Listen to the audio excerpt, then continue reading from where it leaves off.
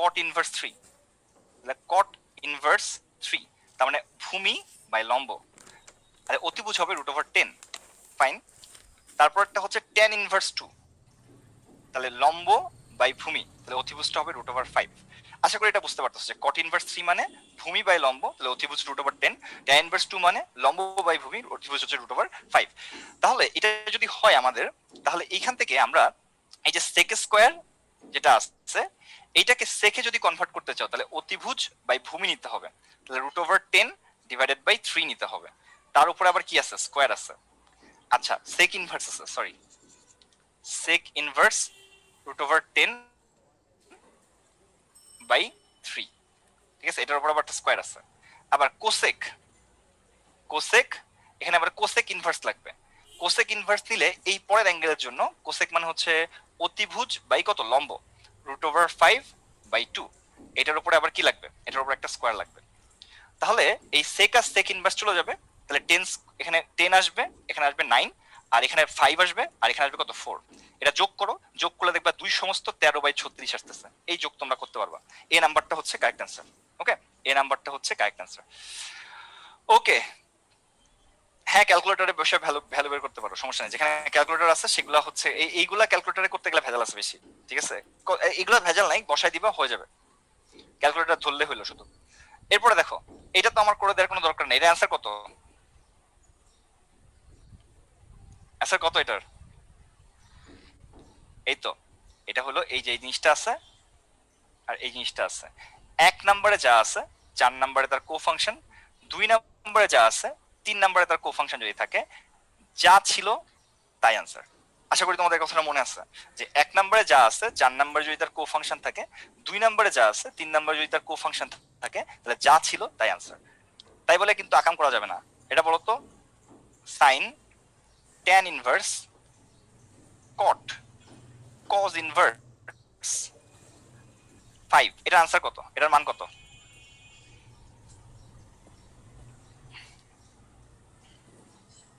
এটার মান কত? এটার কিন্তু মান নাই। এটা কিন্তু তোমাদের ক্লাসে আমরা একটা পোল দিছিলাম যে এক এই তুমি দেখতেছো যে ভাই 1 নম্বরে যা আছে 4 নম্বরে তার কো ফাংশন আছে, 2 নম্বরে যা আছে 3 নম্বরে তার কো ফাংশন আছে। তোমরা অনেকে বলবা যে ভাইয়া এটার আনসার হচ্ছে 5, ঠিক আছে, কিন্তু এইটার আনসার কিন্তু 5 না, ঠিক আছে। কারণ কজ ইনভার্সের মধ্যে কিন্তু 5 বসে না। কজের সর্বোচ্চ মান কত, 1, কজের সর্বনিম্ন মান কি, -1। তাহলে এর মধ্যে তোমার হচ্ছে -1 থেকে 1 এর কিছু একটা বসতে পারে, ঠিক আছে। সো আলটিমেটলি এইটা কিন্তু কি হবে, এটা হবে আনডিফাইন্ড, বা যদি নান থাকে তাহলে নান, ঠিক আছে, আনডিফাইন্ড হবে। কারণ কজ ইনভার্সের মধ্যে কিন্তু -1 থেকে 1 এর ছাড়া ভিতরে ছাড়া কিছু বসে না। এটা কিন্তু আমরা ক্লাসের মধ্যে তোমাদেরকে দিছিলাম, তোমরা কিন্তু অনেকে ভুল করছিলা, এবং ক্লাসের 95-96% মানুষজন ভুল করতেছিল। তো যাই হোক, এটা খুব মজা লাগছিল আমাদের। তো যাই হোক, পরেরটাতে আমরা যাই। ওকে, এইটা অঙ্কটা আছে বিপরীত ত্রিকোণমিতিক এর সমাধান, ঠিক আছে। তো এখানে দেখো সাইন ইনভার্স এক্স আছে আর 2 cos ইনভার্স এক্স আছে। একটু ভেঙে ফেলি আমরা।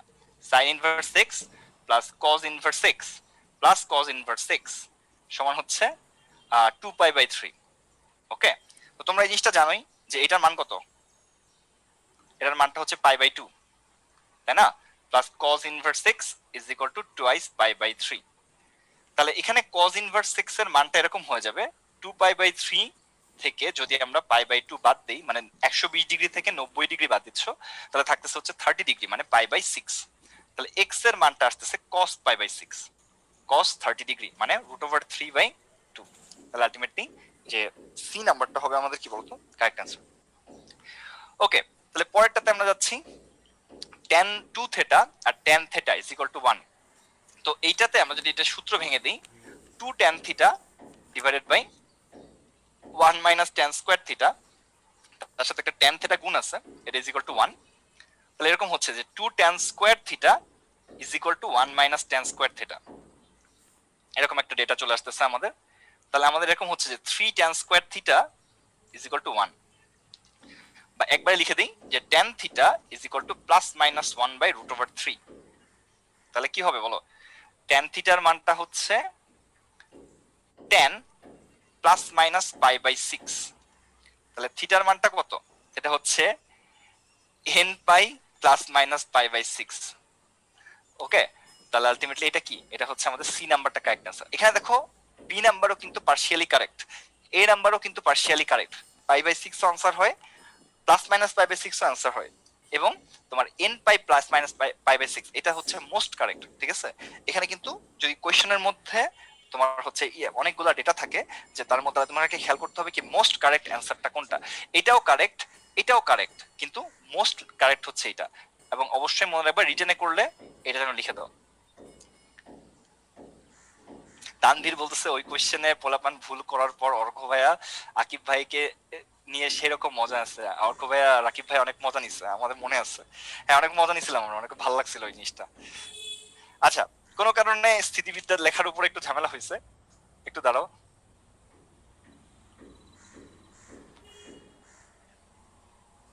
যাই হোক, আশা করি এখন আর ঝামেলা হবে না, হয় নাকি? এই মনে করো স্থিতিবিদ্যার নিচে আছে লেখাটা, কোনো কারণে সফটওয়্যার কোনো প্রবলেম হয়েছে, একটু সেভ করে ফেলি আমরা।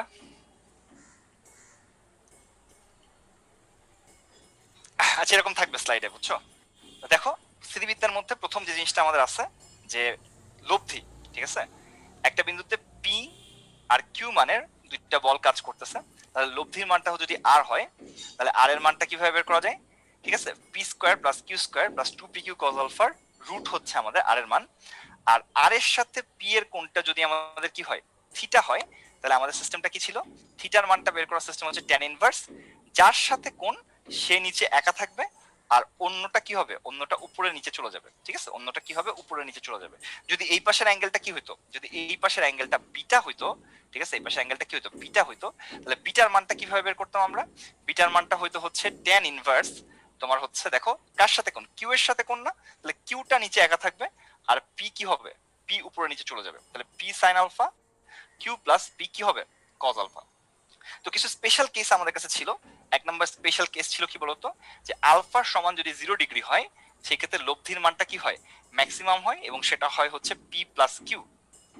তারপরে 2 নাম্বার কি ছিল, যে আলফার সমান যদি 180 ডিগ্রি হয়, তাহলে লব্ধির মানটা সব থেকে ছোট হয়, সেটা হয় হচ্ছে পি টেরাবেকা মাইনাস কিউ। এখানে কি টেরাবেকা মাইনাস মানে হচ্ছে ডিফারেন্স সাইন, যেটা বড় সেখান থেকে বিয়োগ করতে হবে। 3 নাম্বার কেস ছিল যে হচ্ছে আলফা যদি আমাদের 90 ডিগ্রি হয়, লব্ধির মানটা এরকম লিখছিলাম আমরা, আর পি পারপেন্ডিকুলার, এটা হলো root over P square plus Q square, মানে কজের মানটা 0 হয়ে যায়, বা পিথাগোরাস থেকে অ্যাপ্লাই করে বের করা যায়। আর 4 নাম্বার ছিল হচ্ছে যে তোমার কি বলতো, যদি P is equal to Q হয়, তাহলে লব্ধির মানটা এরকম লেখা যায়, যে আর ই লিখছিলাম equal 2p cos alpha by 2 লেখা যায়, আবার কি 2p 2q cause alpha by 2 লেখা যায়, কারণ দুইটাই হচ্ছে সেম। আর এই ক্ষেত্রে থিটার মানটা বিটার মানটা সমান হয়ে যায়, দুইটা হয়ে যায় কত, আলফা বাই 2। আশা করি এই জিনিসগুলো মনে আছে, এবং এখানে একটা চার্ট দেওয়া আছে, পূরণ করাই আছে তোমাদের কনভিনিয়েন্সের জন্য। আমি পার্সোনালি এরকম চার্টটা মুখস্থ করতে পছন্দ করি না, আমার হচ্ছে বেসিক যে ফর্মুলাগুলো আছে, ঠিক আছে, বেসিক ফর্মুলাগুলো থেকে তুমি হচ্ছে তোমার হচ্ছে চার্টটা চাইলে তুমি বানিয়ে নিতে পারো। ঠিক আছে, আমার কথা হচ্ছে যদি আমার পরীক্ষায় কোশ্চেন আসে, তাহলে আমি এই বেসিক যে ফর্মুলাগুলো আছে এগুলো দিয়ে করবো, এত কিছু আমার পক্ষে মনে রাখা সম্ভব না। তোমরা অনেক ব্রিলিয়ান্ট থাকতে পারো, তোমরা মনে রাখতে পারো। ওকে, পরেরটাতে দেখো কি আছে, যে দুইটা সমমানের বল পরস্পর কত ডিগ্রি কোণে ক্রিয়া করলে লব্ধি বল দুইটা সমান হবে। তার মানে একটা বল আছে পি, আরেকটা বল আছে পি, তোমরা খুব ভালো করে এই উত্তরের উত্তর জানো মনে হয়, আর এদের লব্ধির মানটাও কত, পি। ঠিক আছে, এর মধ্যবর্তী কোণটা হচ্ছে আলফা। তো আমরা কি জানি, আমরা জানি হচ্ছে P is equal to 2p cos alpha by 2, both side থেকে কি পি দুইটা কাটা যাচ্ছে, তাহলে cos আলফা বাই 2 এর মান হচ্ছে কত, হাফ, তাহলে আলফা বাই 2 এর মানটা হচ্ছে কত, 60 ডিগ্রি, তাহলে আলফার মানটা হচ্ছে 120 ডিগ্রি। ঠিক আছে, সি হচ্ছে আমাদের কি কারেক্ট আনসার। তোমরা জানো যে তোমরা একটা জিনিস করো, যে স্থিতিবিদ্যার মধ্যে কোন কত জিজ্ঞেস করলে তোমরা খুব খুশি হয়ে যাও, যে এটা তো 120 ডিগ্রি শিওর আনসার নাকি। স্থিতিবিদ্যার মধ্যে কোন, স্থিতিবিদ্যা গতিবিদ্যায় কোন দিলে তোমরা খুব খুশি হয়ে যাও যে 120 ডিগ্রি শিওর, তাই বলে আবার সবসময় দিও না, নাও হতে পারে কিন্তু। আচ্ছা, পি মানের এবং 2p মানের দুইটা বল তোমার হচ্ছে সমবাহু ত্রিভুজের একই শীর্ষবিন্দুতে দুই বাহু বরাবর ক্রিয়া করে। ঠিক আছে, তো খেয়াল করো এইখানে একটা সমবাহু ত্রিভুজ আছে, সমবাহু ত্রিভুজের দুইটা বাহু বরাবর বল ক্রিয়া করতেছে। ঠিক আছে, পি মানের এবং টু পি মানের বল দুইটা বাহু বরাবর ক্রিয়া করতেছে, মানে একটা হচ্ছে তোমার এই পি এদিকে কাজ করতেছে আর একটা হচ্ছে তোমার টু পি এইদিকে কাজ করতেছে। মানগুলা সমান না, মানে বাহুর দৈর্ঘ্য কিন্তু অনেক সময় মান রিপ্রেজেন্ট করে, তাই না? এখানে কিন্তু বাহুর দৈর্ঘ্যগুলা মান রিপ্রেজেন্ট করতেছে না, জাস্ট এই বাহু বরাবর কাজ করতেছে।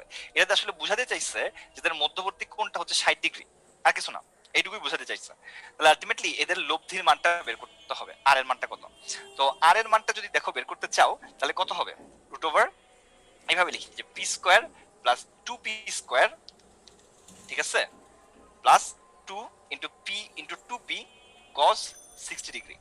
তো এখানে কস 60 এর মান হাফ, তাহলে কস 60 আর এই টু কেটে যায়, তাহলে থাকতেছে P square plus 4p square plus কত 2p স্কোয়ার, তাহলে এখানে আসতেছে 7p স্কোয়ার। এটা কিসের মান? এটা আর স্কোয়ারের মান। তাহলে আর এর মানটা হচ্ছে রুট ওভার 7p।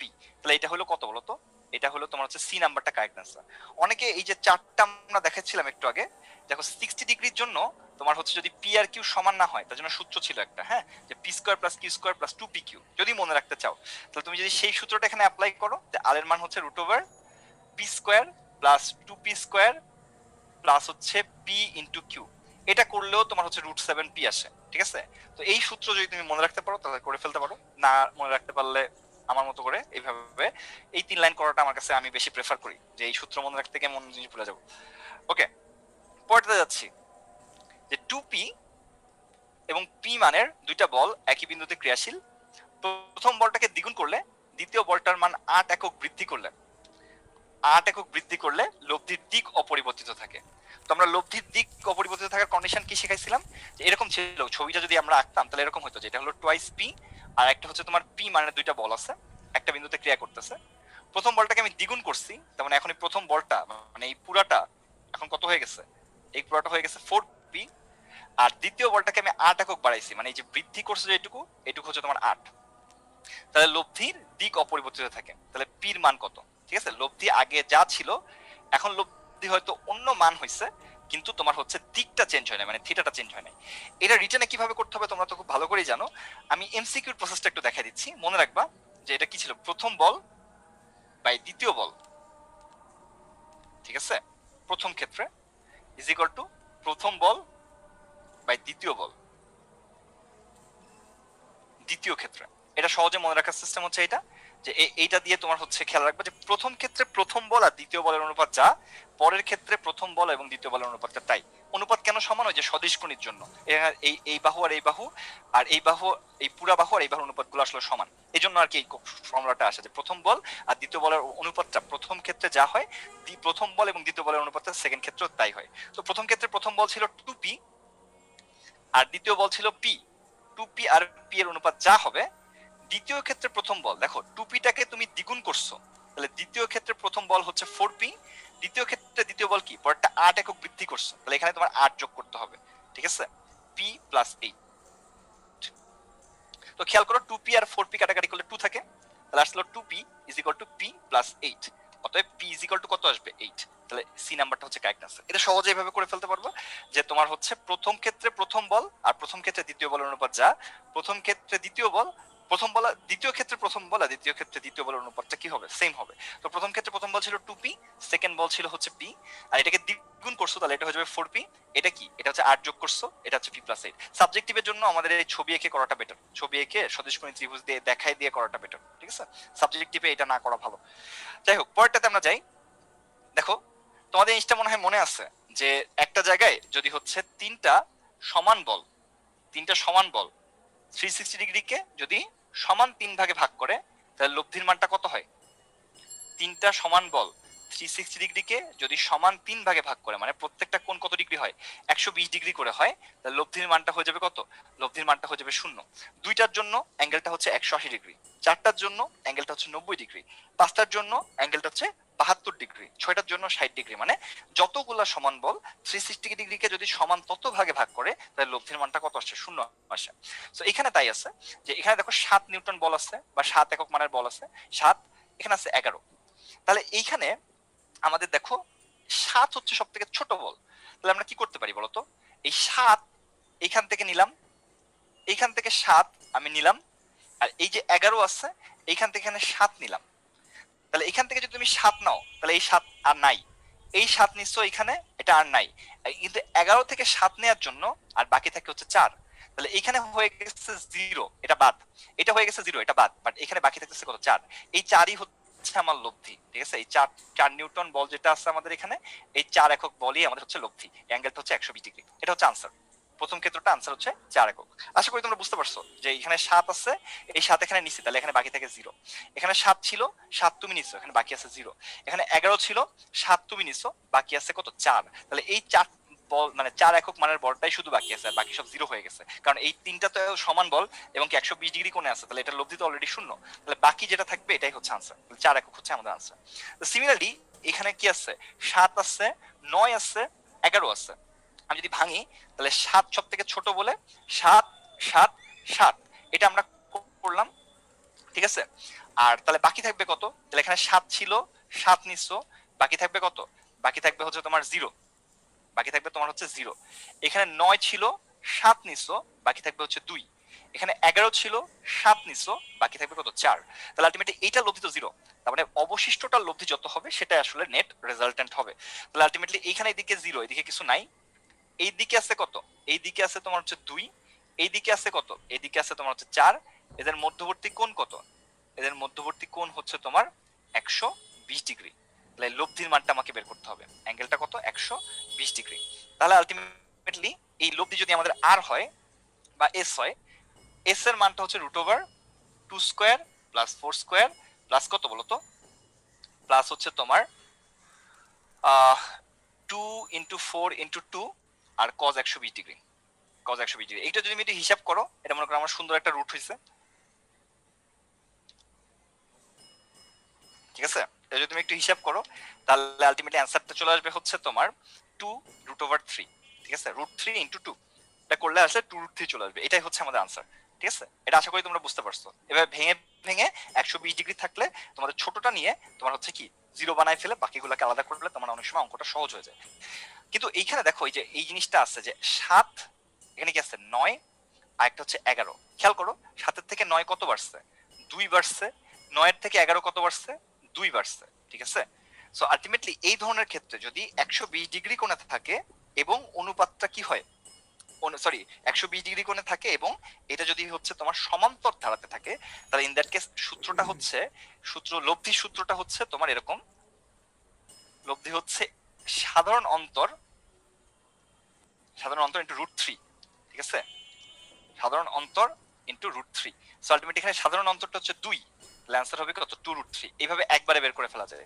এটা আমরা নেক্সট স্লাইডে একটু দেখাচ্ছি, আবার একটু মনে করে দিচ্ছি তোমাদের জন্য যে দেখো কোন বিন্দুতে কিউ মাইনাস আর, কিউ এবং কিউ প্লাস আর এর মানের বলগুলা একই ক্রমে কোন সমবাহু ত্রিভুজের বাহুগুলোর সমান্তরালে ক্রিয়া করতেছে। মানে বলগুলা হচ্ছে কাজ করতেছে একটা বিন্দুতে, বাট কার সমান্তরালে? তোমার এই যে সমবাহু ত্রিভুজের বাহুগুলোর সমান্তরালে। তো এখানে মনে করো এইদিকে আমাদের কি কাজ করতেছে? কিউ মাইনাস আর, এদিকে কাজ করতেছে কিউ, এদিকে কাজ করতেছে কিউ প্লাস আর। তাহলে তুমি যদি একটু খেয়াল করো, যেহেতু এটা সমবাহু ত্রিভুজ, এই অ্যাঙ্গেলটা হচ্ছে 120 ডিগ্রি। আবার এদিকে যদি তুমি একটু বাড়াও, এই অ্যাঙ্গেলটা হচ্ছে কত? 120 ডিগ্রি। আবার এটাকে যদি তুমি এদিকে বাড়াও, তাহলে এই অ্যাঙ্গেলটা হচ্ছে 120 ডিগ্রি। তার মানে তুমি বলতে পারতেছো যে কিউ মাইনাস আর আর কিউ এর মধ্যবর্তী কোণ 120 degree, Q R Q plus আর এর মধ্যবর্তী কোণ 120 ডিগ্রি, কিউ প্লাস আর আর কিউ মাইনাস আর এর মধ্যবর্তী কোণ 120 ডিগ্রি। এগুলোকে যদি একটা বিন্দুতে আমরা রিপ্রেজেন্ট করি, তাহলে এরকম একটা রেজাল্ট আসবে যে কিউ মাইনাস আরটাকে এখানে লিখলাম, কিউটাকে আমরা এখানে লিখলাম, আর কিউ প্লাস আরটাকে আমরা এখানে দিলাম। প্রত্যেকটার মধ্যবর্তী কোণ কি? 120 ডিগ্রি করে। এখন তুমি যদি খেয়াল করো যে ভাইয়া আমাদের তো এইটা হচ্ছে সব থেকে ছোট, তাহলে এটা দিয়ে কাজ করা যায়। বাট এই যেহেতু এবিসিডি দিয়ে দেওয়া আছে, এভাবে হিসাব করাটা একটু ঝামেলা। আমরা দেখো সবার মধ্যে কিউ আছে, তাহলে আমরা কি করতেছি যে এটাকে এইভাবে ভাঙতেছি।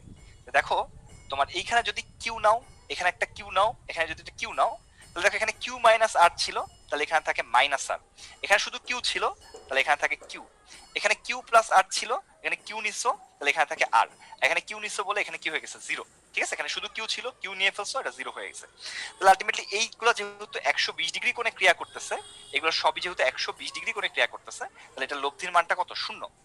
আর এইখানে দেখো এদিকে আছে 0, এদিকে আছে মাইনাস আর। তো মাইনাস আর থাকার মানে হচ্ছে আসলে আরটা এই সাইডে, এই দিকে আছে। তাহলে এই দিকে একটা আর মানের বল কাজ করতেছে। মাইনাস আর বলে তো আসলে ফোর্স হচ্ছে না, মাইনাস চিহ্নটা রিপ্রেজেন্ট করতেছে দিকটা হচ্ছে বিপরীত। তাহলে এই পুরা কোণটা ছিল হচ্ছে 120 ডিগ্রি, তাহলে এইটুকু কোণটা কত হবে, এইটুকু কোণটা হবে 60 ডিগ্রি। ঠিক আছে, তো যেহেতু দুইটা সমান বল আর মধ্যবর্তী কোণটা 60 ডিগ্রি, তাহলে এদের লব্ধির মানটা কত হবে, লব্ধির মানটা হবে 2p cos আলফা বাই 2। ওকে, তাহলে 2r cos 13 মান হচ্ছে √3/2। তাহলে কাটাকাটি করলে যে রেজাল্টটা আসবে এটা হচ্ছে r√3 বা √3r, √3r মানে এই যে √3 ইন্টু কত, সাধারণ অন্তর। যদি তিনটা বল সমান্তর ভাবে থাকে এবং মধ্যবর্তী কোণ যদি 120 ডিগ্রি করে হয়, তাহলে আমাদের সহজ সিস্টেম হচ্ছে √3 ইন্টু সাধারণ অন্তর, যেটা আমরা একটু আগেই দেখাইছিলাম যে আমাদের এইখানে কি হয়েছিল যে 7, 9 আর কি ছিল 11, তাহলে আলটিমেটলি অ্যান্সারটা হচ্ছে √3 ইন্টু সাধারণ অন্তর। দেখো অন্তর কত করে, 2 করে করে। ঠিক আছে, যেমন আমাদের এখানে কি ছিল, একটা ছিল কিউ মাইনাস আর, তার থেকে এটা আর বেশি, তার থেকে এটা আরো আর বেশি। সো আলটিমেটলি এইখানে যেমন সাধারণ অন্তরগুলা আমাদের কি আছে, সাধারণ অন্তরগুলা হচ্ছে আমাদের আর আছে, অ্যান্সারটা আসছে √3r, ওইখানে 2 ছিল, অ্যান্সার হচ্ছে √3 এটা 2। চার বাহুর ক্ষেত্রে কিন্তু √4r হবে না ভাইয়া, হ্যাঁ এটা কিন্তু জেনারেল কোনো সূত্র না, শুধু তিনটার জন্য। ঠিক আছে, আচ্ছা এরপরে খেয়াল করো, সেম ক্রমে কাজ না করতো, সেম ক্রমে কাজ না করলে ভাইয়া তোমাকে তখন ওই যে লম্বাংশ উপপাদ্য দিয়ে বের করতে হতো। ঠিক আছে, সেটা তোমার হচ্ছে এমসিকিউতে আসবে না, সেটা অনেক বড় হবে, বা আসলে তোমার হচ্ছে ওইটার জন্য টাইম লাগবে আর কি। কিন্তু তোমার হচ্ছে সেম বাহুতে যদি কাজ না করে, তাহলে হচ্ছে এটা মানে সেম ক্রমে কাজ না করলে তখন হচ্ছে এই প্রসেস দিয়ে শর্টকাট দিয়ে করতে পারবে না, মানে তখন প্রত্যেকটা কোণ 120 ডিগ্রি হবে না। তো যাই হোক, পি আর কিউ দুইটা বলের লব্ধির মান হচ্ছে আর, পি এর দিকের সাথে সমকোণ উৎপন্ন করে। মনে করো এখানে একটা পি মানের বল আছে, এদের যে লব্ধি আছে এটা পি এর সাথে সমকোণ উৎপন্ন করছে। সমকোণটা লব্ধিটা আমরা এখন আগে আঁকবো, পি এর সাথে সমকোণ উৎপন্ন করছে মানে আর, পি এর সাথে কি আছে, সমকোণে আছে। ওকে ফাইন, আর হচ্ছে কিউ এর মান হচ্ছে 25, কিউ এর মান হচ্ছে 25। তাহলে এইদিকে মনে করো কোনো জায়গায় কিউ আছে, যেহেতু এটা লব্ধি কিউ এইদিকে কোনো জায়গায় হইতে হবে। তাহলে এটা হলো আমাদের সেই সামান্তরিক, আমরা আসলে সামান্তরিকটা কমপ্লিট করে ফেলি। তাহলে দেখো ওইটা কিউ হইলে এই পাশেরটা অবভিয়াসলি কত হবে, এই পাশেরটাও কিউ হবে, তার মানটা হচ্ছে 25, আর এর মানটা হচ্ছে 20 নিউটন, আর এর মানটা হচ্ছে 20 নিউটন। তাহলে এখানে যদি আমরা পিথাগোরাস অ্যাপ্লাই করে দিই যে Q square is equal to R square plus P square, তাহলে আমাদের কি লাগবে, পি এর মান লাগবে। তাহলে এটা হইলো 25 square is equal two 20 square plus P square. তাহলে আলটিমেটলি এখান থেকে পি স্কোয়ার এর মানটা চলে আসবে 225, মানে পি এর মানটা হচ্ছে 15 নিউটন। তাহলে বি নাম্বারটা হচ্ছে আমাদের কারেক্ট আনসার। তো এখানে যদি তোমার কোনো একটা বলে যে ফোর্স যে ট্রায়াঙ্গেলটা আঁকছো, এটা যদি তোমার সমকোণ থাকে আর কি, চেষ্টা করবা পিথাগোরাস অ্যাপ্লাই করতে, যে Q square is equal to R square plus P square. এটা এই অঙ্কটা করানোর একটাই উদ্দেশ্য যে এটা মনে করায় দেয়া যে যদি একটা কোণ সমকোণ হয় always try to use Pythagoras. Okay, যেমন এখানে একটা অঙ্ক আছে একই রকম অঙ্ক, যে কোনো কণার উপর, ঠিক আছে, যদি কোনো কণার উপর দুইটা বলের লব্ধি একটা বলের উপর লম্ব হয় এবং এর মানটা অপর একটা 1/3 সমান হয়। একটু ভালো করে পড়ো কোয়েশ্চেনটা, যে এখানে একটা ফোর্স আছে মনে করো আমার পি মানের, তাহলে এই বলের উপর মনে করো লব্ধিটা হচ্ছে লম্ব, এক্স্যাক্টলি আগেরটার মতো, যে এই বলের উপর লব্ধিটা হচ্ছে আমাদের লম্ব, এবং আরেকটা বল যেটা আমাদের আছে সেটা হচ্ছে যদি আমাদের কিউ হয়, লব্ধির মানটা হচ্ছে অপর বলটার মানে কিউ এর 1/3 সমান, লব্ধির মানটা হচ্ছে কিউ এর কি 1/3 সমান। ঠিক আছে, তাহলে আমাদেরকে পি আর কিউ এর অনুপাত বের করতে বলছেন। ঠিক আছে, তো দেখো এইখানে দেখো এটা তো 90 ডিগ্রি, তাই না? তাহলে এখন খেয়াল করো আমাদের এখানে কত আছে, পি আছে, এখানে আছে কিউ, তার মানে অবভিয়াসলি এটাও কিউ। তাহলে তুমি এটা বলতে পারবা যে দেখো Q square is equal to P square plus R square, মানে কি, আর মানে হচ্ছে 1/3 Q square. Okay, 1/3 Q whole square আর কি। তাহলে আলটিমেটলি এরকম হয়ে যাবে যে Q square is equal to P square by হচ্ছে প্লাস কি কিউ স্কোয়ার বাই 9। তাহলে এরকম লিখতে পারবা যে হচ্ছে P square is equal to 1 minus 1/9 Q square. তাহলে এখানে এরকম হয়ে যাবে P square by Q square is equal to 8/9। তাহলে পি বাই কিউ এর মানটা কত হবে, 8 কে বর্গমূল করলে হবে 2√2 ডিভাইড বাই 3, তাহলে অনুপাতটা হবে 2√2/3। এইটাও শুধুমাত্র ইয়া না, এটা যদি তোমরা মনে রাখতে পারো তাহলে তোমাদের আরো কম টাইম লাগবে, যে এটা কিন্তু বইয়ের একটা অঙ্ক, হ্যাঁ বইয়ের একটা অঙ্ক। তো এখানেও দেখো আমরা কি করছি, যে যখন বলা হয়েছে যে পি এর উপর একটা লব্ধিটা লম্ব, যখনই লম্ব কাহিনী চলে আসতেছে তখনই আমরা পিথাগোরাসে চলে যাবো, যে Q square is equal to R square minus P plus P square. এটা করলে তোমার হচ্ছে যে আর এর মানটা 1/3 কিউ বসাই দিলে কিন্তু অঙ্কটা হয়ে যাচ্ছে, খুবই সিম্পল। ঠিক আছে, তাহলে এখন চলো পরবর্তীটাতে আমরা চলে যাচ্ছি। এই যে 10 নিউটন 20 নিউটন মানের দুইটা বল সদৃশ সমান্তরাল বল আছে। 10 নিউটন বলটির ক্রিয়ারেখার সমান্তরাল রেখে ক্রিয়াবিন্দুকে 6 মিটার দূরত্ব সরালে লব্ধি কতটুকু সরবে। এটা আমরা ভেজাল করব না, এটা সূত্র কি মনে আছে? এটা একটা আসে না, এটা মনে রাখতে হবে যে একটা বল যদি সরাও তাহলে যেটা সরাইছো ওইটা into X divided by P plus Q. এটা কিন্তু আমরা করছি, ঠিক আছে? এটা হচ্ছে কত 10 into X divided by 10 plus কত 20, তাহলে আসতেছে কত 2 মিটার। তাহলে 2 মিটার হচ্ছে আমাদের আনসার। ক্লিয়ার সবার কাছে? এটা কিন্তু আমাদের ডিরেক্টলি মনে রাখবা যে কি কি জিনিস ছিল এর এমসিকিউর জন্য, এগুলো একটু মনে রাখবা যে এইখানে মনে করো 10 নিউট মানে পি আর কিউ মানের দুইটা বল ছিল, হ্যাঁ, তাদের লব্ধি ছিল এক জায়গায়, ঠিক আছে? লব্ধি ছিল পি প্লাস কিউ। তুমি যদি পি বলটাকে এক্স পরিমাণ সরায় দাও, ঠিক আছে, পি বলটাকে যদি তুমি এক্স পরিমাণ সরায় দাও তাহলে লব্ধিও কিছুটা সরে যাবে, ঠিক আছে? লব্ধিও কিছুটা সরে যাবে। লব্ধি মনে করো তোমার হচ্ছে ডি পরিমাণ সরে গেল, তাহলে মনে রাখতে হবে D is equal to P X by P plus Q. যদি এখানে যদি কিউটা সরাই দাও তাহলে অ্যান্সার হতো Q X by P plus Q. Okay, আবার সিমিলারলি যদি তোমার এই জিনিসটাও মাথায় রাখবা যে এটাও কাজে লাগতে পারে যে তোমার একটা জায়গায় এই এ আর বি বিন্দুতে একটাতে মনে করো পি কাজ করতেছে, একটাতে মনে করো কিউ কাজ করতেছিল, এদের লব্ধিটা আমাদের যদি যেটা বড় তার কাছাকাছি থাকবে। তো মনে করো এখানে আমাদের কিউটা বড়, পিটা বড়, তাহলে আমরা যদি পিটা বড় রাখি তাহলে লব্ধিটা এই যে পি এর কাছাকাছি থাকবে, ঠিক আছে? P plus Q. এখন তোমার যদি এরকম হয় যে বল দুইটা স্থান পরিবর্তন করা হয়েছে, মানে পিটাকে কিউ এর জায়গায় নিয়ে আসা হয়েছে আর কিউটাকে পি এর জায়গায় নিয়ে আসা হয়েছে, তাহলে আলটিমেটলি লব্ধিটা কিন্তু আবার পি এর কাছেই আসবে। তাহলে লব্ধিটা কিন্তু এই ক্ষেত্রে কতটুকু সরে যাবে? ডি পরিমাণ সরে গেছে। তাহলে এটা হলো যদি এ পয়েন্ট হয়, যদি বি পয়েন্ট হয়, মনে রাখবা যে ডি এর মানটা এরকম হবে যে P minus Q by P plus Q into হচ্ছে তোমার এবি। এই দুটো জিনিস একটু মনে রাখবে, এই দুটো কিন্তু এমসিকিউতে লাগে, ঠিক আছে? এই দুটো জিনিস একটু মনে রাখবা যে যদি তোমার হচ্ছে একটা ফোর্স সরায় যায়, ঠিক আছে, একটা ফোর্স সরাও তাহলে সূত্রটা হচ্ছে P X by P plus Q, ঠিক আছে? আর যদি দুইটা স্থান বিনিময় করো তাহলে ultimately P minus Q by P plus Q into AB. এই যে একটু মনে রাখবা। এখন চলেন পরেরটাতে আমরা যাচ্ছি, গতিবিদ্যা।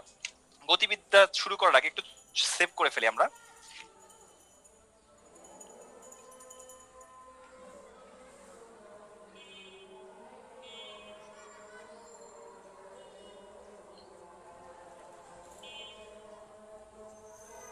ওকে, এখানে কি আছে বলতো?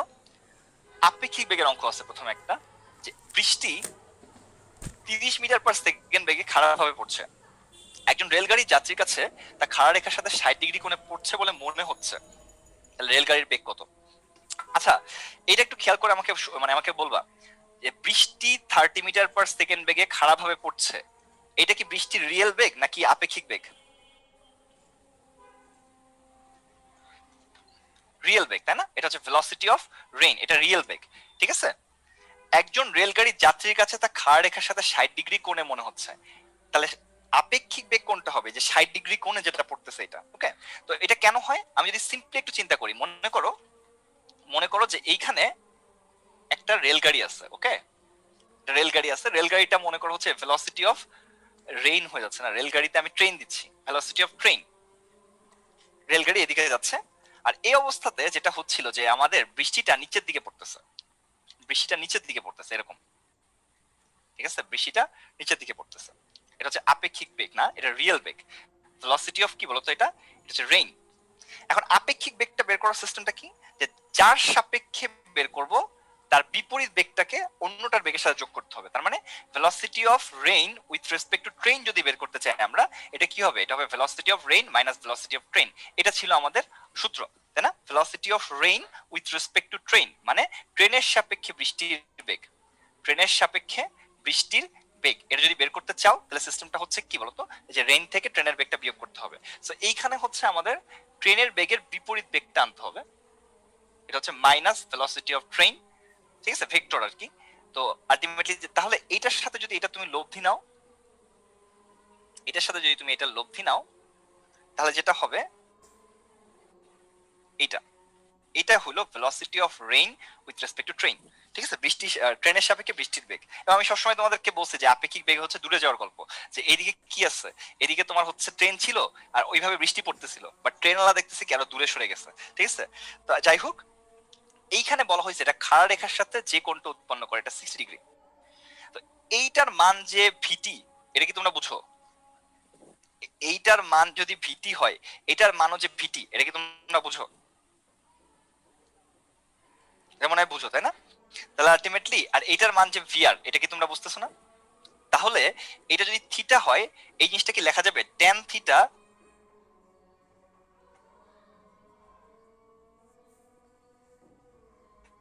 Is equal to VT by VR. এটা একটু মনে রাখবা, হ্যাঁ? বৃষ্টির অঙ্কের জন্য উপরে হচ্ছে পর্যবেক্ষকের বেগ, পর্যবেক্ষকের বেগ ডিভাইডেড বাই বৃষ্টির বেগ, ঠিক আছে? সহজে অঙ্ক করার জন্য এই কথাটা মনে রাখবা যে ট্যান থিটা, থিটা হচ্ছে উলম্বের সাথে কোণ, থিটা হচ্ছে উলম্বের সাথে কোণ, উলম্বের সাথে কোণ। এই জিনিসটা একটু মনে রাখবা যে tan theta is equal to পর্যবেক্ষকের বেগ ডিভাইডেড বাই কি বৃষ্টির বেগ, ঠিক আছে? তাহলে এই ক্ষেত্রে তোমার এখানে দেখো কি দেয়া আছে, বৃষ্টির বেগটা দেয়া আছে, পর্যবেক্ষকের বেগটা বের করতে হবে। তাহলে সিম্পলি এই সূত্রে মান বসাই দিবা, tan 60 degree is equal to পর্যবেক্ষকের বেগ কত, পর্যবেক্ষকের বেগ হচ্ছে 30, আর বৃষ্টির বেগটা আমাকে বের করতে হবে। তাহলে ultimately VR is equal two কত, 30 বাই ট্যান 60। ওকে, তাহলে আলটিমেটলি ভিআর এর ভ্যালু হচ্ছে কত বলো তো, 30 ডিভাইডেড বাই 1 বাই tan 60 এর মান কত, tan 60 এর মান হচ্ছে √3। তাহলে 30 বাই √3। আমি কি ভুল করছি কোথাও? VT বাই VR কোথায় ভুল করছি বলো তো?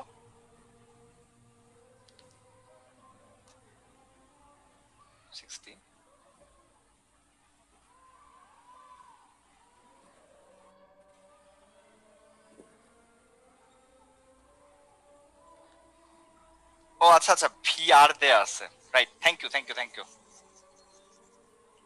আমি উল্টা লিখছি। আচ্ছা, আমাদের ট্রেনের বেগটা বের করতে হবে, ঠিক আছে? এখানে হচ্ছে ভিটি বের করতে হবে, তো আমাদের ভিআর দেয়া আছে 30, ঠিক আছে? তাহলে ভিটির মানটা হচ্ছে 30 tan 60 ডিগ্রি।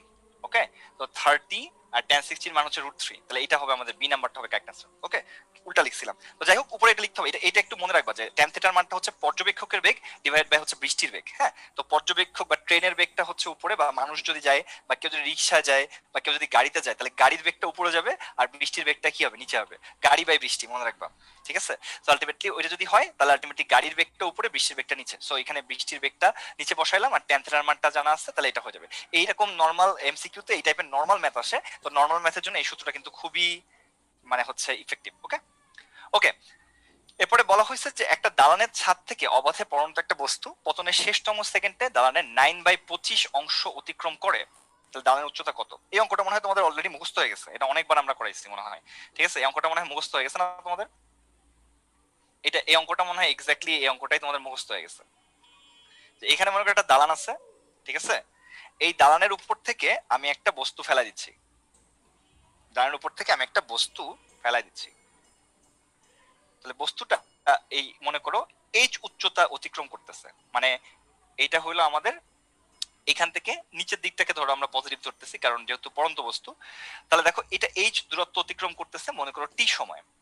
তো বলা হয়েছে যে তোমার হচ্ছে এইটা টি তম সেকেন্ডে 9/25 এইচ দূরত্ব অতিক্রম করছে, এটা টি তম সেকেন্ডে, মানে শেষ সেকেন্ডে তোমার হচ্ছে এটা 9/25 কি হবে এই দূরত্ব অতিক্রম করতেছে। হ্যাঁ, সবসময় এখানে মানে এই ধরনের ক্ষেত্রে বৃষ্টির বেগটা সবসময় নিচে হবে, ঠিক আছে? আচ্ছা, তাহলে আমাকে একটুখানি চ্যাট বক্সে জানাও তো ভাইয়া যে টি তম সেকেন্ড কথাটা যেহেতু বলা আছে, ঠিক আছে, তার মানে টি এর মানটা কি গ্রেটার দ্যান 1 হবে নাকি লেস দ্যান 1 হবে? টি তম সেকেন্ড যেহেতু বলা আছে, তার মানে টি এর মানটা কি গ্রেটার দ্যান 1 নাকি লেস দ্যান 1? অবশ্যই গ্রেটার দ্যান 1, যেহেতু তোমার টি তম সেকেন্ড কথাটা বলা হয়েছে, মানে টোটাল সেকেন্ডটা অবশ্যই একের থেকে বেশি, কারণ যেহেতু একটা সার্টেন সেকেন্ডের কথা বলা হয়েছে, তাহলে আলটিমেটলি যদি একের থেকে ছোট হতো তাহলে একটা সার্টেন সেকেন্ড কিন্তু থাকতো না, ঠিক আছে? তাহলে টোটাল সেকেন্ডটা অবশ্যই একের থেকে বেশি। তাহলে এখানে খেয়াল করো যে আমাদের প্রথম কেসটার জন্য এইচ ইজ ইকুয়াল টু কি লেখা যায়, হাফ জিটি স্কোয়ার। ওকে, এটা আমরা লিখতে পারবো এক নাম্বার। আর দুই নাম্বার আরেকটা জিনিস আমরা লিখতে পারবো যে 9/25 এইচ, এটা হলো দেখো টি তম সেকেন্ডে অতিক্রান্ত দূরত্বের সূত্র কি, u plus half a two t minus 1। তো এখানে যেহেতু এটা ফেলাই দিচ্ছ তার মানে আদিবেগটা শূন্য, তাহলে ইউ এর মানটা 0, তাহলে তুমি এটা লিখতে পারবা যে 9/25 এইচ এর মানটা হাফ জিটি স্কোয়ার, আর এখানে থাকতেছে হচ্ছে হাফ জি ইন্টু টু টি মাইনাস 1। তাহলে এখান থেকে দেখো হাফ আর জি এর সাথে কাটা যায়। তাহলে যেটা পাচ্ছ 9/25 T square minus 2t plus 1 is equal to 0। এখান থেকে টি এর দুইটা মান পাবা। টি এর মান পাবা হচ্ছে তোমার 5 আর একটা মনে হয় কত জানি হয়, একটা কত হয় বলতো, আরেকটা মান আসে যেটা, সেটা হইলো তোমার একটু ধরো -4/3 না নাকি, না -4/3 না, 5/9, ঠিক আছে 5/9। ওকে ওকে 5/9 আসে। তো এটা কিন্তু আমাদের কি না, এটা হচ্ছে আমাদের তোমার ইয়া না, একের থেকে ছোট। এটা যেহেতু একের থেকে ছোট, এটা নেওয়া যাবে না। তার মানে টি ইকুয়াল টু কত নিতে হবে, 5 নিতে হবে। তাহলে এইচ ইজ ইকুয়াল টু কি হবে, হাফ ইন্টু 9.8 ইন্টু কত 5 স্কোয়ার, মানে এটা করলে আসবে 122.5 মিটার। তাহলে আলটিমেটলি বি নাম্বারটা হচ্ছে আমাদের কি বলতো কারেক্ট আনসার। আশা করি সবাই এটা বুঝছো, ঠিক আছে। ওকে, তাহলে পরেরটাতে আমরা যাই। একটা বাঘ 20 মিটার দূরে একটা হরিণকে দেখতে পেয়ে স্থির অবস্থান থেকে 3 মিটার পার সেকেন্ড ত্বরণে হরিণের পশ্চাতে দৌড়ালো। হরিণটি তোমার হচ্ছে 13 মিটার পার সেকেন্ড সমবেগে দৌড়াতে থাকলে কতক্ষণ পরে বাঘটা হরিণটাকে ধরতে পারবে। তো ঘটনাটা এরকম, খুবই সিম্পল ম্যাথ। এই ম্যাথগুলো খুবই ভালো লাগে। যে একটা জায়গায় একটা বাঘ আছে, এখান থেকে হরিণ আছে। তো মনে করো যে হচ্ছে এখান থেকে কত দূরে, 20 মিটার দূরে একটা হরিণ আছে বাঘের, ঠিক আছে। সো আলটিমেটলি আমাদের বাঘটা এখানে মনে করো আসছিল, আর এখানে মনে করো হরিণ আছে, ঠিক আছে। এটা মনে করো হরিণ। তো যাই হোক, তো হরিণের শিং অনেক আছে।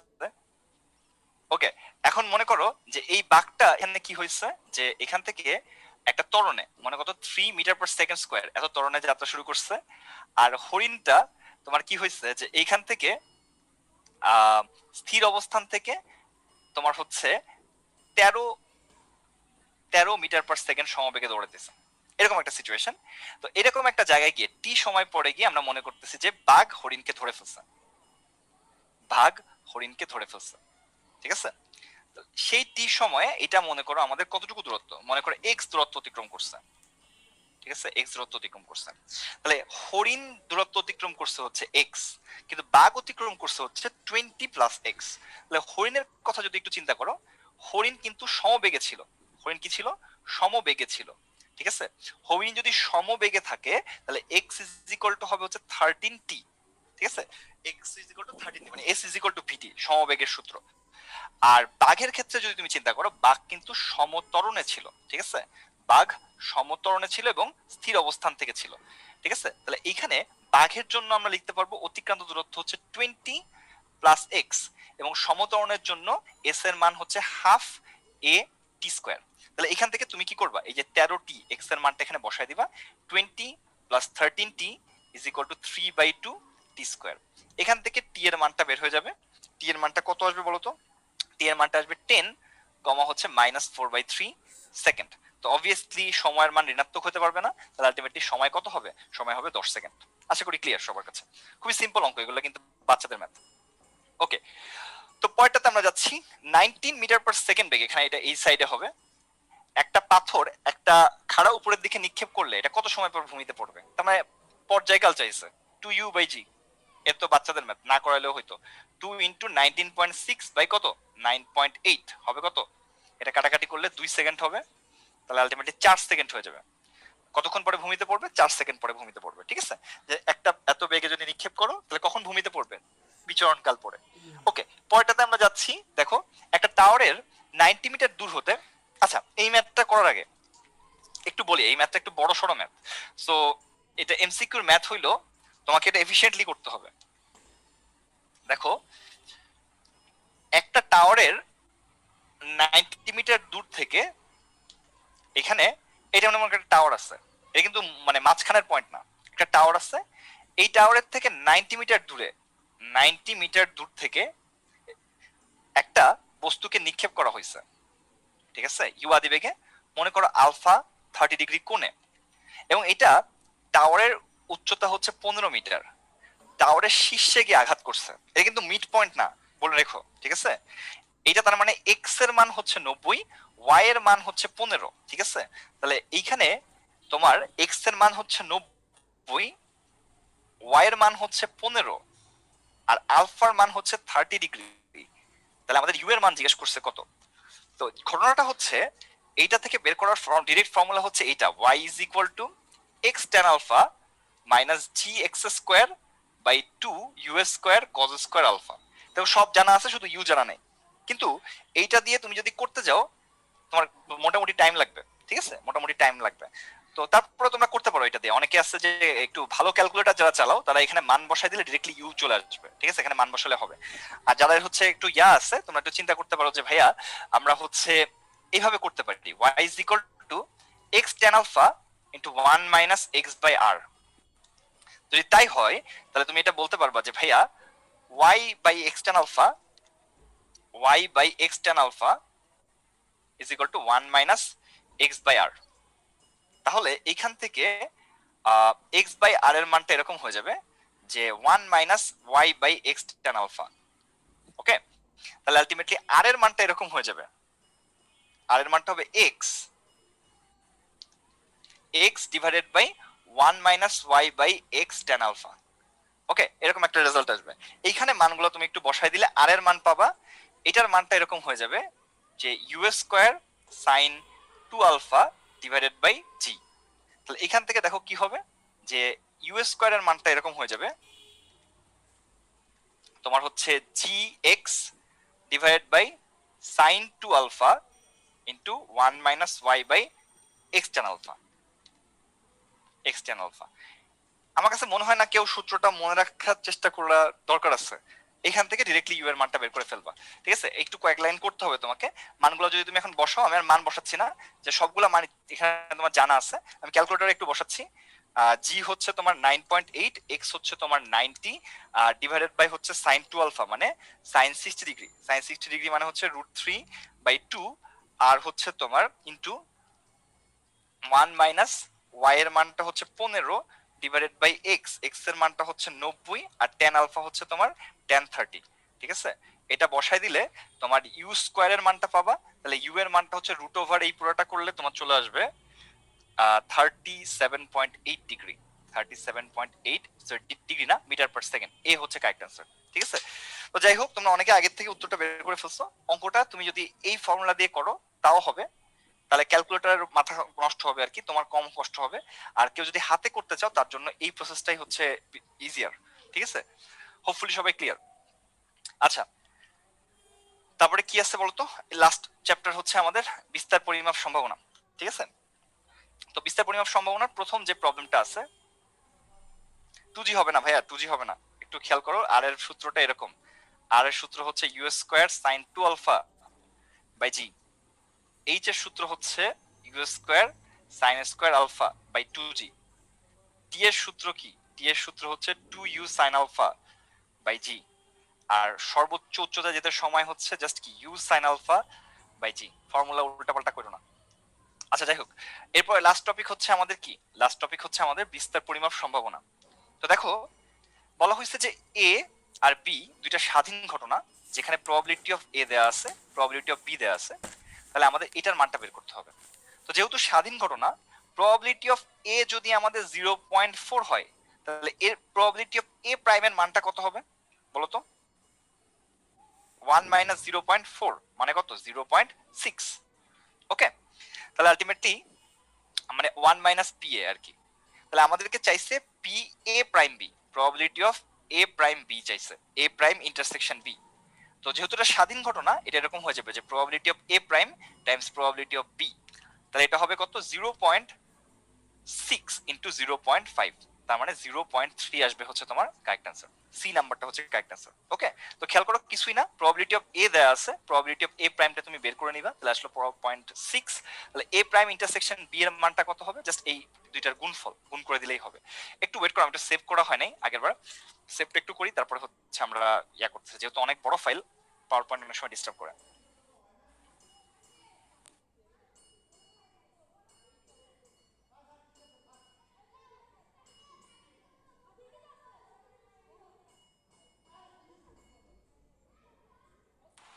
ওকে, এরপরে চলো পরেরটাতে আমরা যাচ্ছি।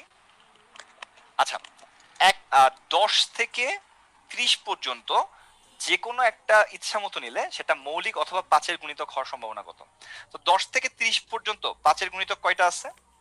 5-এর গুণিতক আছে এগুলা 10, তারপরে কত 15, তারপরে কি 20, তারপরে আছে 25, একটা আছে 30। তাহলে 5-এর গুণিতক হচ্ছে তোমার কতগুলা? 5-এর গুণিতক আছে 5টা। ওকে, তারপরে তোমার হচ্ছে প্রাইম বা মৌলিক সংখ্যা কয়টা আছে? তোমাদের মনে হয় এটা মনে আছে যে 4422 322 321, মনে আছে তো নাম্বারটা? বেলা বসের ফোন নাম্বার 4422 322 আর কি 321, ঠিক আছে? তো এইটা হইলো 10 থেকে 20, এটা হচ্ছে 20 থেকে 30, ঠিক আছে? এটা ছিল 11 থেকে 20 এর মধ্যে 4টা, আর 21 থেকে 30 এর মধ্যে কয়টা? 4টা, 2টা। তোমার হচ্ছে কি আছে? প্রাইম নাম্বার আছে। আর 10 তো প্রাইম নাম্বার না, তাহলে প্রাইম নাম্বার আছে টোটাল 4 প্লাস 2 মানে 6টা। তাহলে অ্যান্সার কি হবে? অ্যান্সার হবে হচ্ছে তোমার 5 প্লাস 6, এটা হচ্ছে উপরে অনুকূল ঘটনা। আর মোট কয়টা? মোট হচ্ছে 30 মাইনাস 10 প্লাস 1, মোট হচ্ছে 21টা। এটা বাই 21 মানে 11/21। সি নাম্বারটা হচ্ছে কারেক্ট আনসার, ঠিক আছে? প্রাইমটা ক্লিয়ার করব। প্রাইমের এই কাহিনী হচ্ছে যে 1 থেকে 100-র মধ্যে, ঠিক আছে, 1 থেকে 100-র মধ্যে প্রাইম বের করার জন্য আমরা এইটা ব্যবহার করি আর কি। প্রাইমের কোনো স্পেসিফিক সিস্টেম নাই, আমরা এইভাবে একটা মানে নাম্বারে ফোন নাম্বারের মতো এই জিনিসটা মনে রাখি 4422 322 321। এটার মানে হচ্ছে যে 1 থেকে 10-এর মধ্যে প্রাইম 4টা, তারপরে 11 থেকে 20-এর মধ্যে প্রাইম হচ্ছে 4টা, তারপরে কি 21 থেকে 30-এর মধ্যে প্রাইম 2টা, 31 থেকে 40-এর মধ্যে প্রাইম 2টা, 41 থেকে 50-এর মধ্যে প্রাইম 3টা, এভাবে করতে করতে লাস্টেরটা হচ্ছে 91 থেকে 100-র মধ্যে প্রাইম একটা, ঠিক আছে? তাহলে আমাদের 11 থেকে 20 আর 21 থেকে 30-এর মধ্যে 4 আর 2 6টা, আর একটা এক্সট্রা নাম্বার আমার হাতে আছে সেটা হচ্ছে 10। 10 তো প্রাইম না, তাহলে ওই 6টাই হচ্ছে আমার হচ্ছে প্রাইম নাম্বার। আর 5-এর গুণিতক তো বুঝছোই। আর টোটাল সংখ্যা কিভাবে বের করে? শেষ পদ মাইনাস প্রথম পদ প্লাস 1, একটা 1 যোগ করতে হয় কিন্তু, এটা খেয়াল রেখো, ঠিক আছে? টোটালটা বের করার জন্য কিন্তু 30 থেকে 10 বিয়োগ করলে কিন্তু 10ও বাদ পড়ে যায়, তো এই 10টাকে যোগ করে দিতে হয়। ওকে, তাহলে অ্যান্সার হচ্ছে তোমার 11/21। আচ্ছা, পরেরটাতে আমরা যাচ্ছি। পুনরাবৃত্তি না ঘটিয়ে 2 4 7 9 3 8 সংখ্যাগুলো ব্যবহার করে 2 অঙ্ক বিশিষ্ট একটা সংখ্যা বানানো হবে। 2 অঙ্ক বিশিষ্ট সংখ্যাটা জোড় হওয়ার সম্ভাবনা কত? তো খেয়াল করো এর মধ্যে জোড় কি কি আছে? 2 আছে, 4 আছে, 8 আছে, ঠিক আছে? 2 অঙ্ক বিশিষ্ট সংখ্যা নিলে আমাদের টোটাল সংখ্যা কয়টা আছে? টোটাল অঙ্ক আছে আমার কাছে হচ্ছে 2 4 8 7 3 9, টোটাল আছে আমার কাছে 6টা। তাদের মধ্যে এই 3টা হচ্ছে জোড়, ঠিক আছে? এই 3টা হচ্ছে জোড়। তাহলে যদি জোড় বানাইতে হয় আমাকে অবশ্যই এটা এনশিওর করতে হবে যে লাস্ট ঘরে 2 4 বা 8 এই 3টার মধ্যে যে কোনো একটা আসবে, ঠিক আছে? তাহলে এই ঘরটা পূরণ করা যাবে 3 উপায়ে। তাহলে লাস্ট ঘরে যদি 2 বসে তাহলে আমাদের কিন্তু 2 ক্যালকুলেশনের বাইরে চলে গেছে। তাহলে এই ঘরের জন্য অপশন কয়টা থাকবে? এই ঘরের জন্য অপশন থাকবে হচ্ছে 5টা। তাহলে আমাদের অনুকূল কতগুলো হবে? জোড় মানে অনুকূল মানে বলতে বোঝা হচ্ছে জোড় হচ্ছে তোমার 5 ইন্টু 3 মানে হচ্ছে 15টা। আর মোট কতগুলো হবে? মোট হবে হচ্ছে দেখো 6টা অঙ্ক থেকে আমাকে কত নিতে হবে? 2টা অঙ্ক নিতে হবে। তাহলে 6b2, তার মানে হচ্ছে 6 ইন্টু 5 মানে কতগুলা? 30টা। ওকে, তাহলে আলটিমেটলি অ্যান্সার কত? প্রবাবিলিটি হচ্ছে তোমার 15/30, তার মানে আসতেছে কত? হাফ। 15/30, রেজাল্ট আসছে হচ্ছে হাফ। আশা করি সবাই ক্লিয়ার। সো বিন্যাস সমাবেশ আর হচ্ছে তোমার কি বলতো এখানে হচ্ছে প্রবাবিলিটি মিলাই দিছে। ওকে, 3টা ছক্কা একই সময় নিক্ষেপ করলে প্রাপ্ত বিন্দুর যোগফল 17 হবার সম্ভাবনা কত? আচ্ছা, আমাকে আগে একটা জিনিস বলো, 3টা একই সময় ছক্কা যদি নিক্ষেপ করো মোট সম্ভাব্য ঘটনা কতগুলা? মোট সম্ভাব্য ফলাফল কতগুলা? সম্ভাব্য ফলাফল কতগুলা? ফলাফল হচ্ছে 6⁻3, তাই না? মানে সিস্টেমটা কি ছিল? 6⁻n হচ্ছে ছক্কার জন্য, আর 2⁻n কি? 2⁻n হচ্ছে কয়েনের মোট, তাই না? কয়েনের মোট। তাহলে এখানে 6⁻3 বলতে মনে হয় 216 আসবে, তাই না? 6⁻3 মানে হচ্ছে তোমার 216। এখন তোমাকে বলা হয়েছে যে বিন্দুর যোগফল 17 হওয়ার সম্ভাবনা কত? তো এই ধরনের ক্ষেত্রে তোমাকে একটুখানি ম্যানুয়ালি ক্যালকুলেশন করতে হবে। দেখো কিভাবে, যে তুমি যদি মনে করো যে 3টা ছক্কা মিলায় 17 হবে, তো মনে করো প্রথম ছক্কাতে 6 পড়ছে, তুমি চিন্তা করবা প্রথম ছক্কাতে 6 পড়ছে, তাহলে দ্বিতীয় ছক্কাতে তুমি একবার 6 ফেলতে পারো, আর তারপরে ছক্কাতে কত পড়লে 17 হবে বলতো? তারপরে ছক্কাতে কত পড়লে 17 হবে? 5 পড়লে 17 হবে, তাই না? তাহলে এই একটা কেস যেভাবে তুমি হচ্ছে কি করতে পারো, তুমি 17 বানাইতে পারো। আবার প্রথম ছক্কায় 6 ফিক্স রাখো, ঠিক আছে? তাহলে পরের ছক্কায় আগেরবার 6 নিছিলা, তাহলে এবার যদি 5 নাও, তাহলে তারপরের ছক্কায় অবশ্যই 6 পড়তে হবে, নালে কিন্তু আমাদের কি হবে না, আমাদের এটা হবে না। ওকে, তারপর একটা খেয়াল করো যে আলটিমেটলি আর কোনো কেস পসিবল না যে প্রথম ছক্কায় 6 এর জন্য। তাহলে এবার চিন্তা করবো যে প্রথম ছক্কায় যদি আমি 5 নেই, তাহলে প্রথম ছক্কায় যদি 5 নিতা, পরের দুইটা ছক্কাতেই তোমাকে কত পড়তে হবে? 6 পড়তে হবে, তাহলেই তোমার 17 হবে। আর কোনো কেস পসিবল না। তুমি যদি প্রথম ছক্কায় 4 ফেলতা, তাহলে দেখতা যে হচ্ছে এরকম হইতো, পরের দুইটা ছক্কায় 6 পড়লেও কিন্তু আমার 17 হচ্ছে না। সো আমাদের কেস কয়টা থাকতেছে? অনুকূল হচ্ছে তোমার তিনটা কেস। তাহলে আলটিমেটলি প্রবাবিলিটি কত হবে? 3/216, মানে 1/72। এটা হচ্ছে আমাদের আনসার। আচ্ছা, এই অঙ্কটা যেহেতু করাইলাম, এরকম আরেকটা অঙ্ক যদি আমরা একটু করাই। মনে করো যোগফল কত বলতো? 14 হওয়ার সম্ভাবনা কত? কোশ্চেনটা যদি এরকম হইতো 14 হওয়ার সম্ভাবনা কত? তো দেখো এই ক্ষেত্রে আমরা জিনিসটাকে কিভাবে অবজার্ভ করতে পারি। 666 তো হচ্ছে কি 17 হয় ভাইয়া? 666 কি 17 হয় না 18 হয়? যাই হোক, যোগফল 14 হওয়ার সম্ভাবনা কত? তো খেয়াল করো, আমাদের প্রথম ছক্কাটা আমি ফিক্সড রাখবো প্রথমে। যে প্রথম ছক্কায় মনে করো 6 পড়ছে, তাহলে পরের ছক্কায় যদি 6 পড়তো, তাহলে 14 হওয়ার জন্য তারপরে ছক্কায় কত পড়া লাগবে বলতো? কত পড়া লাগবে? 2, রাইট? পরের ছক্কায় 2 পড়া লাগবে, তাহলে এটা একটা কেস। আবার প্রথম ছক্কাকে ফিক্সড রাখো 6, তারপরে ছক্কায় যদি 5 পড়ে, তাহলে তারপরে ছক্কায় 3 পড়া লাগবে। আবার সিমিলারলি প্রথম ছক্কায় 6 ফিক্সড, তারপরে ছক্কায় যদি 4 পড়ে, তাহলে তারপরে ছক্কায় 4 পড়া লাগবে, তাহলে 14 হবে। আশা করি তোমরা বুঝতে পারতেছো যে আমি কি করতেছি। প্রথম ছক্কায় যদি 6 ফিক্সড রাখো, তারপরে ছক্কায় যদি 3 পড়ে, তারপরে ছক্কায় হচ্ছে 5 পড়তে হবে। সিমিলারলি প্রথম ছক্কায় যদি 6 ফিক্সড রাখো, তারপরে ছক্কায় যদি 2 পড়ে, তারপরে ছক্কাতে তোমার হচ্ছে 6 ফিক্সড রাখতে হবে। আর হবে না কিন্তু, প্রথম ছক্কায় যদি 6 পড়ে, তারপরে ছক্কায় যদি 1 পড়ে, তারপরে ছক্কায় 6 পড়লেও কিন্তু 17 হবে না, 14 হবে না, তাহলে এটা বাদ। তাহলে এই 6 এর জন্য আমি কয়টা কেস পাচ্ছি? 5টা, ঠিক আছে? এবার 5 এর জন্য চিন্তা করো। 5 এর জন্য যদি তুমি একটু দেখো, প্রথম ছক্কায় যদি 5 পড়তো, ঠিক আছে? প্রথম ছক্কায় যদি আমাদের কত পড়তো? 5 পড়তো, তারপরে ছক্কায় মনে করো 6 পড়লো, ঠিক আছে? তাহলে তারপরে ছক্কায় কত পড়তে হবে 14 হওয়ার জন্য?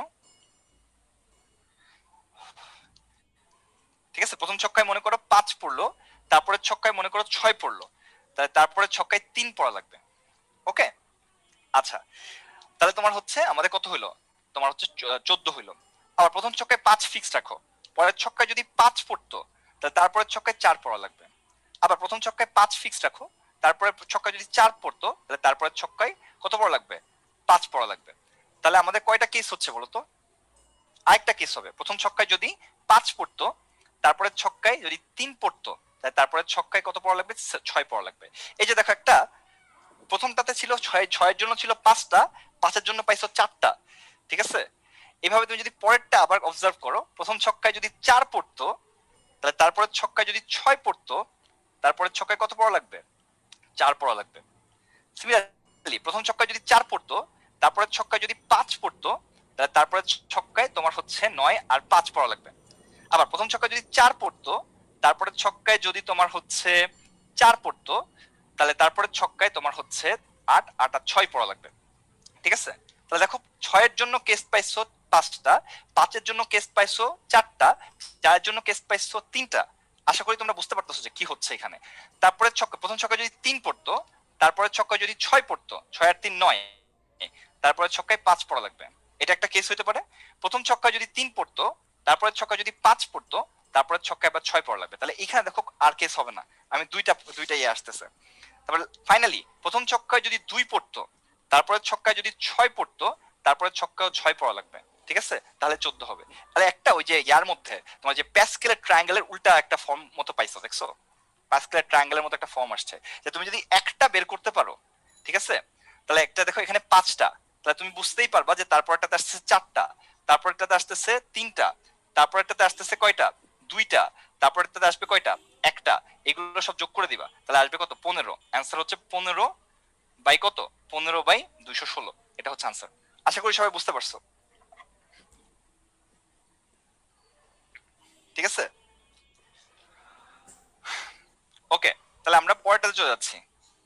অল টাইম উল্টা ট্রায়াঙ্গেল হবে না ভাইয়া। আচ্ছা এখানে একটা কাহিনী আছে, যদি এইখানে তোমার হচ্ছে উল্টা ট্রায়াঙ্গেল হবে কিনা তুমি একটু করে দেখো ভাইয়া। আমি তো 1/14 যেরকম দেখাই দিলাম, তুমি এখন হচ্ছে ইয়া করে দেখো বাসায়।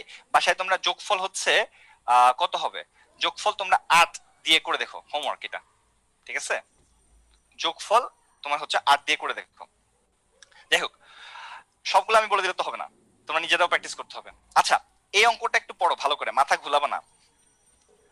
একটা পরীক্ষায় একজন ছাত্রের অঙ্কে ফেল করার সম্ভাবনা 1/4, তাহলে ম্যাথে ফেল করার সম্ভাবনা, হ্যাঁ তাহলে ম্যাথে ফেল করার সম্ভাবনা যদি 1/4 হয়, তোমরা বলো তো ম্যাথে পাস করার সম্ভাবনা কত? কত হবে? 1 মাইনাস 1/4, তাই না? ম্যাথে পাস করার সম্ভাবনা হচ্ছে 3/4। ফাইন। আচ্ছা অঙ্কে ও ইংরেজি উভয় বিষয়ে পাস করার সম্ভাবনা 3/5, তাহলে ম্যাথ অ্যান্ড ইংলিশ এটা হইলো 3/5। আচ্ছা দুইটা বিষয়ের যে কোনো একটাতে পাস করার সম্ভাবনা 5/8। একটু ভালো করে কোশ্চেনটা পড়বা। দুইটা বিষয়ে যে কোনো একটাতে পাস করার সম্ভাবনা বলতে বুঝাইছে একজন মানুষ শুধু অঙ্কতে পাস করছে অথবা শুধু ইংলিশে পাস করছে। এইটা কি জিনিস, এইটা তোমাদেরকে একটু বোঝাতে চাচ্ছি। হ্যাঁ একটু খেয়াল করবা। এটা মনে করো আমাদের ভেনচিত্র, এটা মনে করো ম্যাথে পাস করার সেট, আর এটা মনে করো ইংলিশে পাস করার সেট। তাহলে এটা মাঝখানে একটা হচ্ছে কমন পার্ট। খুব মনোযোগ দিয়ে কথাটা শুনবা।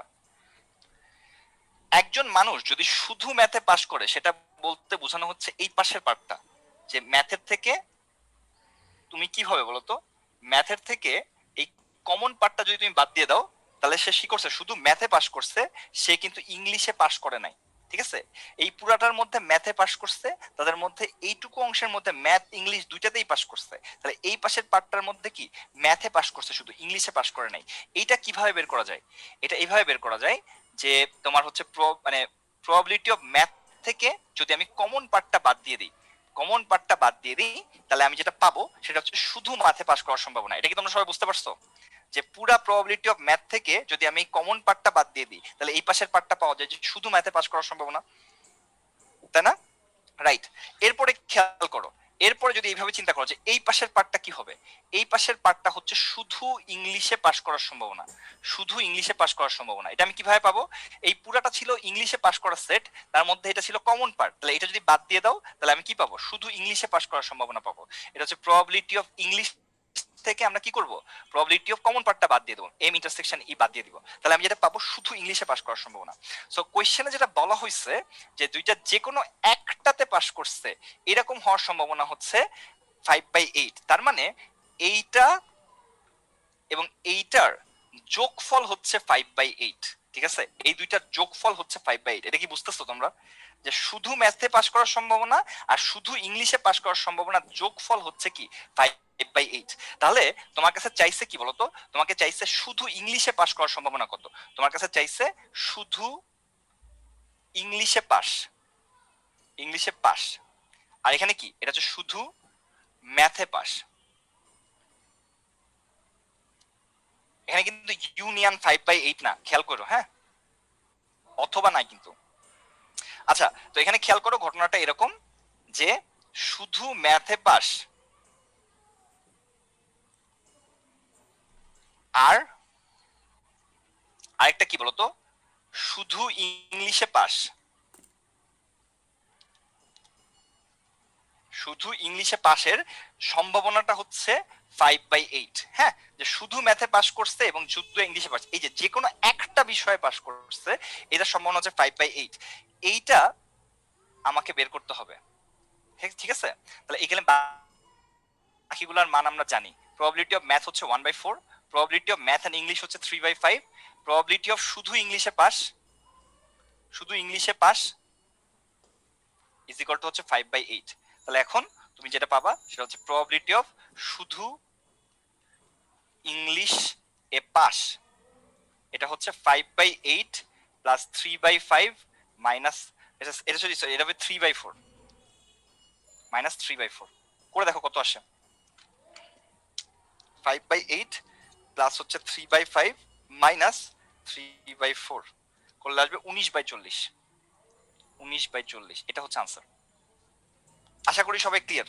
ঠিক আছে, আশা করি সবাই ক্লিয়ার। একটু ভেজাল ম্যাথ কিন্তু, হ্যাঁ একটু ভেজাল ম্যাথ।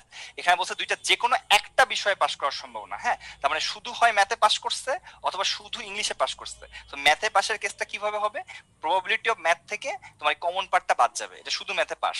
আর তোমার হচ্ছে শুধু ইংলিশের ক্ষেত্রে কি হবে, প্রবাবিলিটি অফ ইংলিশ থেকে প্রবাবিলিটি অফ কমন পার্টটা বাদ যাবে, তাহলে শুধু ইংলিশে পাস। এই দুইটা যোগফল হচ্ছে 5/8, এটা কিন্তু ইউনিয়ন না, হ্যাঁ তাহলে এই দুইটা যোগফল হচ্ছে তোমার 5/8। যদি বলতো যে ম্যাথ অথবা তোমার হচ্ছে ইংলিশে পাস করার সম্ভাবনা কত, ঠিক আছে, ম্যাথ অথবা ইংলিশে পাস করার সম্ভাবনা কত, তাহলে হচ্ছে এটা ইউনিয়ন হতো, ঠিক আছে।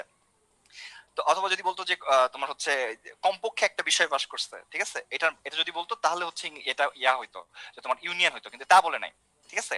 তোমার হচ্ছে কমপক্ষে একটা কথার মানে হচ্ছে যে হয় শুধু ম্যাথে পাস করছে অথবা ইংলিশে পাস করছে অথবা বোথটাতে পাস করছে। কিন্তু যখন বলছে যে শুধু একটা বিষয় মানে দুইটা যে কোনো একটা বিষয় পাস করছে, তাহলে তোমাকে হয় ম্যাথেরটা নিতে হবে অথবা ইংলিশে নিতে হবে। এই দুইটা যোগফল হচ্ছে 5/8 এবং তোমার কাছে এইটা বের করতে বলছে যে শুধু ইংলিশে পাসের সম্ভাবনা কত। সো আলটিমেটলি বাকিগুলোর মান তুমি জানো, বসাই দিলে হয়ে যাচ্ছে। সুন্দর কিন্তু অঙ্কটা। সো এখন যে পরীক্ষা, এখন কিন্তু আমরা অনেক টাইম নিয়ে কি করলাম, ঠিক আছে, এই যে এইটা এবং এইটার সাম হচ্ছে 5/8, খেয়াল করে এটা কিন্তু ইউনিয়ন না, বারবার করে বলতেছি। আর জানি কি বলতেছিলাম তোমাদের, এখন কিন্তু পরীক্ষার টাইম না, তো আলটিমেটলি আমরা কিন্তু ভেনচিত্র আঁকায় আঁকায় অঙ্কটা বোঝার চেষ্টা করতেছি। পরীক্ষার হলে কিন্তু একটু ভেনচিত্র মাথায় চিন্তা করতে হবে, ঠিক আছে, এত টাইম কিন্তু পাবা না। হ্যাঁ ভেনচিত্রটা মাথায় চিন্তা করতে হবে যে ভাইয়া এইটা থেকে এটা বাদ দিলে আমি শুধু ইংলিশে পাস পাচ্ছি, আর এটা থেকে এটা এই শুধু ম্যাথে পাস পাচ্ছি, আর এটা থেকে এটা বাদ দিলে শুধু ইংলিশে পাস পাচ্ছি, তাহলে এই দুটো তো আমার দেয়া আছে। তাহলে এই লাইনটা যদি তুমি লিখতে পারো বাকিটা কিন্তু খুব সহজ। এই লাইনটা যদি তুমি লিখতে পারো বাকিটা কিন্তু খুব সহজ, ঠিক আছে। সবাই আশা করি ক্লিয়ার। আচ্ছা, এই সব অঙ্কগুলো তোমরা খুব ভালো পারো, আমার থেকে ভালো পারো। যে একটা বাক্সে 4টা নীল বল লাল বল আছে, তাহলে 4টা রেড বল আছে, রেড বল আছে 4টা, নীল বল আছে ব্লু বল আছে কয়টা, 5টা, আর সাদা বল আছে কয়টা, হোয়াইট বল আছে হচ্ছে 7টা। ওকে, তাহলে টোটাল বল কয়টা আছে, 4 আর 5 9 আর 7 16, টোটাল বল আছে 16টা। তবে দৈব চয়নে একটা বল লাল বা সাদা হওয়ার সম্ভাবনা কত, মানে probability of red or white, কি হবে এটা, probability of red plus probability off white, যেহেতু কোনো কমন পার্ট থাকার পসিবল না এখানে, ঠিক আছে, minus probability of red and white হওয়ার কথা ছিল, ঠিক আছে। তো যেহেতু একটা ball at the same time red and white হইতে পারে না, তাহলে এটা 0। তাহলে আলটিমেটলি কি হবে, এটা হলো 4/16 প্লাস হচ্ছে 7/16, মানে 11 বাই কত 16। সো আলটিমেটলি ডি নাম্বারটা হচ্ছে আমাদের কারেক্ট অ্যান্সার। এগুলো খুব সিম্পল বাচ্চাদের ম্যাথ। Okay fine. এখন দেখো এইটা, 3টা সদৃশ বাক্সের লাল ও সাদা বল আছে, 3টা বাক্স আছে আমার কাছে। এটা হচ্ছে 1 নাম্বার বাক্স বা এ নাম্বার বাক্স, এটা হলো বি নাম্বার বাক্স, এটা মনে করো সি নাম্বার বাক্স। তাহলে এইখানে রেড এবং সাদা বল আছে, রেড বল আছে সাদা বল আছে, রেড বল আছে সাদা বল আছে, রেড বল আছে সাদা বল আছে। ওকে, তো এখানে 3টা আর 2টা, প্রথম বাক্সে হচ্ছে 3টা আর 2টা, দ্বিতীয় বাক্সে হচ্ছে 4টা আর 5টা, 4টা এবং 5টা, ওয়েট, আচ্ছা, আর তৃতীয় বাক্সে হচ্ছে 2টা এবং 4টা, ঠিক আছে, তৃতীয় বাক্স হচ্ছে 2টা এবং 4টা। তো এখানে খেয়াল করো, এটা হচ্ছে 5 হবে যোগফল, এখানে টোটাল হচ্ছে তোমার 9টা, আর এখানে টোটাল হচ্ছে তোমার কত 6টা। এখন বলা হয়েছে যে একটা বাক্স দৈবভাবে নির্বাচন করে একটা বল নেওয়া হলো, দেখা গেল বলটা লাল, মানে আমি শিওর বলটা লাল, তাহলে সেটা দ্বিতীয় বাক্স থেকে নেওয়ার সম্ভাবনা কত। এটাকে আমরা বলছিলাম কি বায়াসের উপপাদ্য, ঠিক আছে, যে আমি শিওর বলটা লাল, তাহলে সেটা বি নাম্বার বা দ্বিতীয় বাক্স থেকে আসার সম্ভাবনা কত, এটা হচ্ছে কোয়েশ্চেন। তো আলটিমেটলি কিভাবে হবে বলতো, সিস্টেমটা হচ্ছে যে উপরে যাবে হচ্ছে কমন পার্টটা, কমন পার্টটা উপরে যাবে, আর টোটাল লাল হওয়ার সম্ভাবনাটা কি হবে নিচে হবে। তাহলে কি কিভাবে লাল হইতে পারে, তোমার এ বাক্স থেকে আসছে এবং লাল হয়েছে, এটা হইতে পারে, বি বাক্স থেকে আসছে এবং লাল হয়েছে, এটা হইতে পারে, সি বাক্স থেকে বলটা আসছে এবং লাল হয়েছে, এই 3 ভাবে লাল হইতে পারে। আর উপরে যাবে কি, উপরে যাবে হচ্ছে বি বাক্স থেকে এবং লাল হয়েছে। তো এইটা কিভাবে বের করে মনে আছে, বি বাক্স এবং লাল বের করে, যেহেতু এটা শর্তাধীন সম্ভাবনা, এটা হচ্ছে বি বাক্স বাছাই করার সম্ভাবনা এবং বি বাক্স হইছে সেখান থেকে লাল আসার সম্ভাবনা, ঠিক আছে, এইভাবে আমরা হিসাবটা করি। তো যেহেতু 3টা বাক্স একই রকম দেখতে, প্রত্যেকটা বাক্স বাছাই করার সম্ভাবনা তোমার হচ্ছে 1/3, প্রত্যেকটা বাক্স বাছাই করার সম্ভাবনা কত 1/3। ঠিক আছে, যেহেতু তিনটা বাক্স একই রকম দেখতে, প্রত্যেকটা বাক্স বাছাই করার সম্ভাবনা হচ্ছে 1/3। তাহলে বি বাক্স বাছাই করার সম্ভাবনা 1/3 এবং বি বাক্স থেকে লাল আসার সম্ভাবনা হচ্ছে 3/5। 3/5। সিমিলারলি এ বাক্স বাছাই করার সম্ভাবনা হচ্ছে 1/3 এবং সেখান থেকে সরি বি বাক্স থেকে 3/5 না, বি বাক্স হচ্ছে 4/9। 4/9 বি বাক্স থেকে আসার সম্ভাবনা হচ্ছে 4/9। এ বাক্স থেকে হচ্ছে তোমার 3/5 প্লাস বি বাক্স বাছাই করার সম্ভাবনা হচ্ছে 1/3 এবং সেখান থেকে লাল আসার সম্ভাবনা হচ্ছে 4/9। আর সি বাক্স বাছাই করার সম্ভাবনা হচ্ছে 1/3 এবং সেখান থেকে লাল আসার সম্ভাবনা হচ্ছে 2/6। 2/6। আশা করি জিনিসটা বোঝা যাচ্ছে যে এই যে উপরে কি আসতেছে বি বাক্স বাছাই করার সম্ভাবনা এবং সেখান থেকে লাল আসার সম্ভাবনা। তো বি বাক্স বাছাই করার সম্ভাবনা হচ্ছে 1/3 এবং সেখান থেকে লাল আসার সম্ভাবনা 4/9।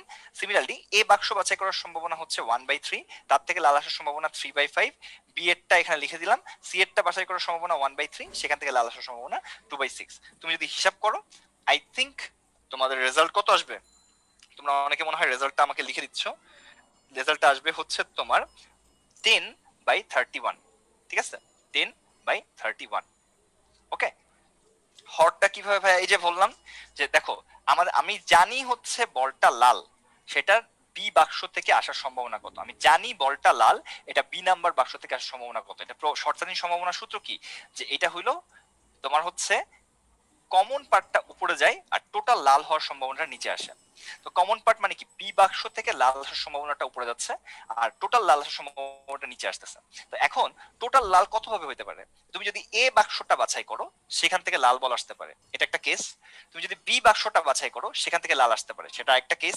তুমি যদি সি বাক্সটা বাছাই করো সেখান থেকে লাল বল আসতে পারে, সেটা একটা কেস। সো আলটিমেটলি এইখানে তোমার হচ্ছে এটা হলো এ বাক্স এবং লাল, বি বাক্স এবং লাল, সি বাক্স এবং লাল। তো আলটিমেটলি আমাদের এই যে কমন পার্টটার সূত্র কি, যে এ বাক্স বাছাই করার সম্ভাবনা এবং এ বাক্স বাছাই করছো সেখান থেকে লাল আসার সম্ভাবনা। সিমিলার এটা কি, এটা হলো তোমার বি বাক্স বাছাই করার সম্ভাবনা এবং বি বাক্স বাছাই করছি সেখান থেকে লাল আসার সম্ভাবনা।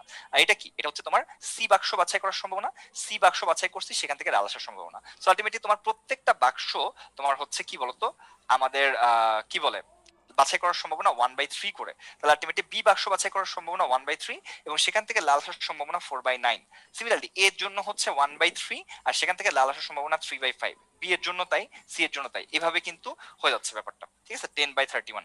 আশা করি সবাই এটা বুঝতে পারছি। ঠিক আছে, পরেরটা, একজন বন্দুক চালনাকারীর গুলি লক্ষ্য বস্তুতে আঘাত করার সম্ভাবনা হচ্ছে 0.8, মানে প্রবাবিলিটি অফ আঘাত।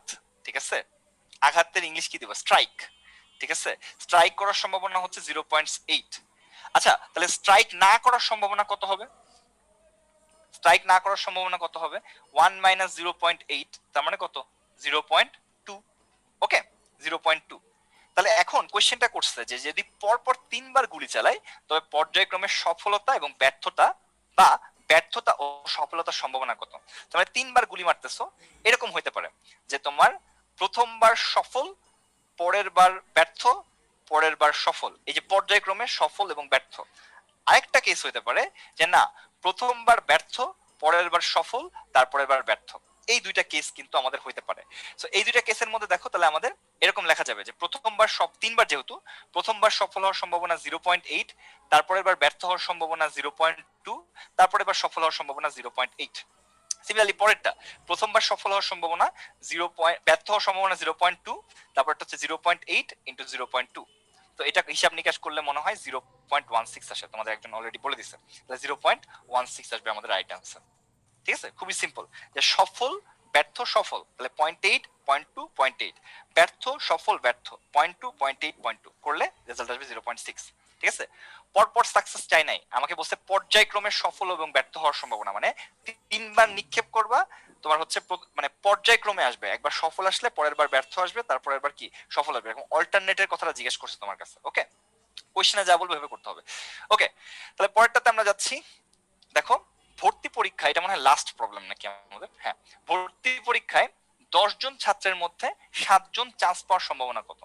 তো তোমাদেরকে বারবার করে একটা কথা বলছিলাম যে যদি কোয়েশ্চেনে কোন রকম ডাটা না দেয়া থাকে তাহলে বুঝে নিবা যে হচ্ছে চান্স পাওয়া ও না পাওয়া সমসম্ভাব্য ঘটনা, সমসম্ভাব্য তার মানে তোমার হচ্ছে কি হবে, চান্স পাওয়ার সম্ভাবনা যদি হচ্ছে তোমার হাফ হবে, হ্যাঁ, ফেল করার সম্ভাবনা, চান্স না পাওয়ার সম্ভাবনাটাও কি হবে, হাফ হবে। তো 10 জন ছাত্রের মধ্যে 7 জন চান্স পেয়েছে, তার মানে যদি আমার কাছে কয়জন ছাত্র থাকে, 1 2 3 4 5 6 7 8 9 10, আচ্ছা 10 জন ছাত্রের মধ্যে চান্স পাইছে 7 জন, 1 2 3 4 5 6 7, আর চান্স পায় নাই কয়জন, চান্স পায় নাই হচ্ছে 3 জন, ঠিক আছে, চান্স পায় নাই হচ্ছে 3 জন। তাহলে 10 জন থেকে 7 জনকে বাছাই করা যাবে কত উপায়ে, 10 সি 7 উপায়ে। তার প্রত্যেকের চান্স পাওয়ার সম্ভাবনা, প্রত্যেকের চান্স পাওয়ার সম্ভাবনা হাফ, টু দি পাওয়ার এই এতবার হাফ গুণ হবে, কয়বার হাফ গুণ হবে, 7 বার হাফ গুণ হবে, তার পাওয়ারটা হবে 7।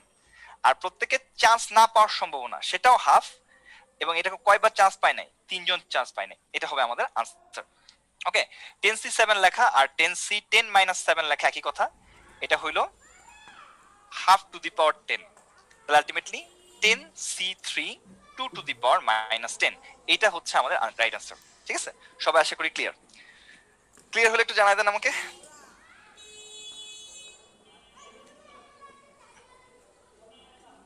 আশা করি সবাই ক্লিয়ার। সো আজকে আমাদের এই পর্যন্তই, ঠিক আছে, আজকে আমাদের এই পর্যন্তই। তো এইটা যে বোঝো নাই, এই যে এটা